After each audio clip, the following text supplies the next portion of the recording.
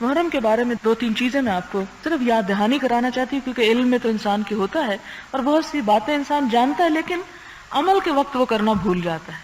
مثلاً آپ کو بہت سی دعائیں آتی ہوں گی، صبح شام کی دعائیں خاص طور پہ، لیکن عین پڑھنے کا وقت ہو تو آپ بھول جائیں، تو پھر ایسے علم کا بھی فائدہ کچھ نہیں ہوتا. تو محرم کے بارے میں بھی آپ سب جانتے ہیں کہ قرآن پاک میں محرم کے مہینے کو اللہ تعالیٰ نے حرمت والا مہینہ قرار دیا. سورۃ توبہ میں شاید ایک آیت آتی ہے، ان عدۃ الشہور عند اللہ 12 شہرا فی کتاب اللہ یوم خلق السماوات والارض منها 4 حرم ذالک دین القیم فلا تظلموا فیہن انفسکم. کہ مہینوں کی گنتی جب سے اللہ پاک نے زمین و آسمان کو پیدا کیا، اللہ تعالیٰ کے حساب میں 12 ہی ہے. یہ 12 مہینے انگریزوں نے نہیں بنائے، یہ اللہ تعالیٰ نے خود بنائے ہیں اور ایک سال کو 12 مہینوں میں تقسیم کیا ہے. اور پھر فرمایا منہا 4 حرم، ان میں 4 مہینے جو ہے وہ کیا ہیں؟ حرمت والے ہیں. اور وہ کون سے ہیں؟ 3 تو مسلسل جن میں حج ہوتا ہے، یعنی ذی-القعدہ، ذوالحج اور محرم. ذی-القعدہ میں قافلے جاتے، ذوالحج میں حج ہوتا اور محرم میں واپس آتے. اور چوتھا جو ہے وہ رجب کا مہینہ ہے. یہ 4 مہینے بڑے بابرکت ہیں. ان کے بارے میں کیا فرمایا کہ یہ اللہ تعالیٰ نے منہا 4 حرم، حرمت والے ہیں، ان کی حرمت کو کیا کرو؟ برقرار رکھو. اب آپ دیکھیں کہ ان کی حرمت کیا ہے. پہلی بات تو کہا کہ ان میں ظلم نہ کرو اپنی جانوں پر، لا تظلموا فیہن انفسکم، اپنی جانوں پہ ظلم نہ کرو سے 2 مراد ہے مانے. ایک تو یہ ہے کہ انسان ان مہینوں میں جنگ و جدال نہ کرے، جیسے عربوں کے ہاں خاص طور پر جب حاجی قافلے آتے جاتے تھے تو جنگ کو بین کر دیا گیا. دوسرا معنی اس کا عام لوگوں کے لیے کیا ظاہر ہے، یہاں پر تو ہم یعنی وہ پابندی نہیں ہے. دوسرا معنی اس میں ہے کہ ان مہینوں میں اپنے اوپر یعنی گناہ کما کر ظلم نہ کرو. یعنی حرمت والے مہینے ہیں، عبادت کے مہینے ہیں، لوگ حج کر رہے ہوتے ہیں اور تم گناہ کر رہے ہو گھر بیٹھ کے، تو تم عملی طور پر ان کے ساتھ شریک ہو جاؤ، ایک طرح سے ان کے ساتھ یعنی نیکی کے کاموں میں شرکت کرو. اب یہ نیکی کے کاموں کی جو شرکت ہے کیا ہے؟ مثلاً صدقہ خیرات میں، مثلاً روزہ رکھنے میں. لہذا ان مہینوں میں یعنی جو حرمت والے مہینے ہیں ان میں انسان کو نیکی کے کاموں کی طرف تھوڑی سی توجہ زیادہ کرنی چاہیے. اس کا یہ مطلب نہیں کہ عام سال میں انسان ٹھنڈا بیٹھا رہو اور جب حرمت والے مہینے آئے تو کہ اب میں نیکی کروں گا. نہیں، ہوتا یہ ہے کہ جو بھی چیز ایک روٹین پکڑ جاتی ہے وہ اپنا اثر کھو دیتی ہے. اس لیے اللہ تعالیٰ بار بار ہمارا موریل بلند کرنے کے لیے پھر ایک نیا انسینٹیو دیتے ہیں. اچھا دیکھو یہ مہینہ آ گیا اب یہ کر لو، یہ مہینہ آ گیا اب یہ کر لو. تو وہ جو انسان سو رہا ہوتا ہے نا پھر جاگ کے بیٹھ جاتا ہے. آپ کوئی بھی کام جب ایک روٹین میں کریں گے تو اس سے آپ تھک جائیں گے. ایک پیچھے آپ احادیث پڑھ چکے ہیں، اگر آپ کو یاد ہو کہ اپنے اوپر سختی نہ کرو، اللہ تعالیٰ نہیں تھکتا، تم تھک جاؤ گے. اتنی عبادت کرو جو کر سکتے ہو، یعنی اس میں شدت نہ اختیار کرو. اب آپ دیکھیں کہ جب یہ کہہ دیا گیا کہ تم اپنے اوپر اتنا ہی بوجھ لا دو جتنا تم لاد سکتے ہو، وہ کام کرو جو کر سکتے ہو، تو آپ مثلاً آپ دیکھیں کہ روزانہ آپ ایک ہی کھانا کھانا شروع کر دیں تو کیا نتیجہ ہوگا. ہاں آپ کا پسندیدہ کھانا ہی کیوں نہ، لیکن آپ اس سے بھی تنگ آ جائیں گے. اگر آپ ہر روز روزہ رکھنا شروع کر دیں گے تو اس سے بھی آپ تنگ آ جائیں گے اور پھر اس روزے میں لطف باقی نہیں رہے گا. اسی لیے ہمیں مسلسل روزے رکھنے سے منع کیا گیا ہے. ایک دن روزہ رکھو اور ایک دن نہ رکھو. صوم داؤدی اس کو کہتے ہیں.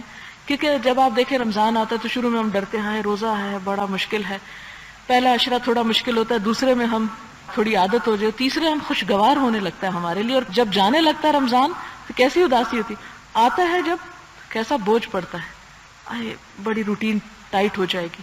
اور جب جانے لگتا ہے تو ہم کہتے ہیں ہائے اتنی لمبی نماز پڑھ لیتے تو پتہ نہیں چلتا تھا اور اب عشاء کی نماز بھی مشکل ہو رہی.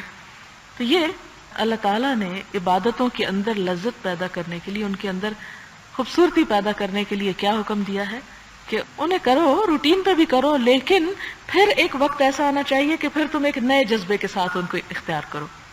تو یہ جو حرمت والے مہینے ہیں ان میں تھوڑی سی توجہ اپنی زیادہ عبادت کی طرف کر لو. اب جیسے حج کا مہینہ تو اس میں روزوں کے بارے میں، اس میں دعاؤں کے بارے میں، اس میں خاص طور پہ حج کرنے والے اور جانے والوں کے لیے بہت سے اجر اور ثواب کی چیزیں. اب محرم کی جہاں تک بات ہے تو غنیت الطالبین ایک کتاب ہے امام عبد القادر جیلانی کی، جن کو 11ویں والے پیر کہتے ہیں. میں اس لیے ان کا نام کے ساتھ یہ کہہ رہی ہوں کہ آپ پہچان جائیں کتاب کس کی. غنیت الطالبین میں ایک روایت آئی ہے جس کے مطابق اللہ تعالیٰ نے زمین و آسمان کی پیدائش جو تھی وہ بھی محرم کے مہینے میں کی، جیسے کہ قرآن پاک میں بھی آ رہا نا کہ یہ اللہ تعالیٰ نے مہینوں کی گنتی جب سے بنائی جب سے اللہ نے آسمان و زمین پیدا کیے، لہٰذا اس لحاظ سے یہ روایت درست معلوم ہوتی. پھر یہ آتا ہے اسی میں کہ اللہ تعالیٰ نے حضرت آدم علیہ السلام کو بھی اسی مہینے میں پیدا کیا، پھر ان کی توبہ بھی اسی مہینے میں قبول ہوئی، پھر اس کے بعد حضرت ایوب علیہ السلام کو شفا اس مہینے میں ہوئی، پھر موسیٰ علیہ السلام کو فرعون سے نجات اس مہینے میں ملی، اور اسی طرح حضرت ادریس علیہ السلام مکان علیہ میں اسی مہینے کے اندر اٹھائے گئے. تو یہ بہت ساری چیزیں جو ہیں اس مہینے کے اندر واقع، اور یہ کہا جاتا ہے قیامت بھی اسی مہینے میں آئے گی، نہیں ایک روایت میں آتا ہے، اگرچہ اس کا وقت معلوم نہیں لیکن ایک اندازہ ہے. بہرحال اب آپ دیکھیں کہ حضور صلی اللہ علیہ وسلم جب ہجرت کر کے مدینہ پہنچتے ہیں تو آپ نے دیکھا کہ یہودی اس مہینے میں عاشورہ کا روزہ رکھتے ہیں. یہاں ایک بات اور یاد کراتی چلوں کہ رمضان کے روزے فرض ہونے سے پہلے محرم کے ان 10 دنوں کے روزے ہی فرض تھے، یعنی یہی رکھے جاتے تھے. جب رمضان کے روزے فرض ہو گئے تو ان دنوں کی فرضیت کا حکم باقی نہ رہا، نفل کے درجے پہ آ گئے. آپ نے دیکھا کہ یہودی روزہ رکھتے ہیں، آپ نے ان سے پوچھا کہ تم اس مہینے میں عاشورہ کا روزہ کیوں رکھتے ہو؟ انہوں نے آپ صلی اللہ علیہ وسلم کو بتایا کہ اس دن ہمیں فرعون سے نجات ملی تھی، شکرانے کے طور پر موسیٰ علیہ السلام نے روزہ رکھا تو ہم بھی روزہ رکھتے ہیں. تو آپ نے فرمایا ہم موسیٰ علیہ السلام کے زیادہ قریب تر ہیں تم سے، یعنی تم نے تو ان کا طریقہ چھوڑ دیا اور ہم انہی کے طریقوں کو زندہ کرنے کے لیے آئے ہیں، لہٰذا آپ نے خود بھی روزہ رکھا اور صحابہ کرام نے بھی رکھا. اور ساتھ ہی ایک اور روایت میں آتا، مسلم کی روایت ہے، آپ نے فرمایا کہ اس دن کا روزہ رکھنا جو ہے وہ 1 سال کے گناہ معاف کرتا ہے، یعنی اتنا اجر اور ثواب کا ہے. اور پھر اسی طرح یہ ہے کہ ایک اور روایت میں آتا ہے، صحیح مسلم کی روایت ہے، آپ صلی اللہ علیہ وسلم نے فرمایا کہ رمضان کے بعد افضل ترین روزہ جو ہے وہ محرم کا یہ روزہ ہے. پھر آخری بات اس سلسلے میں یہ یاد رکھیں کہ آپ نے یہ فرمایا کہ یہودیوں کی مخالفت کرو، ان کی عبادت میں ان سے مشابہت اختیار نہ کرو. وہ اگر 10ویں کا رکھتے ہیں تو تم 1 نہیں 2 رکھو. اور آپ نے اپنے بارے میں بھی فرمایا کہ اگر میں اگلے سال تک زندہ رہا تو 2 روزے رکھوں گا.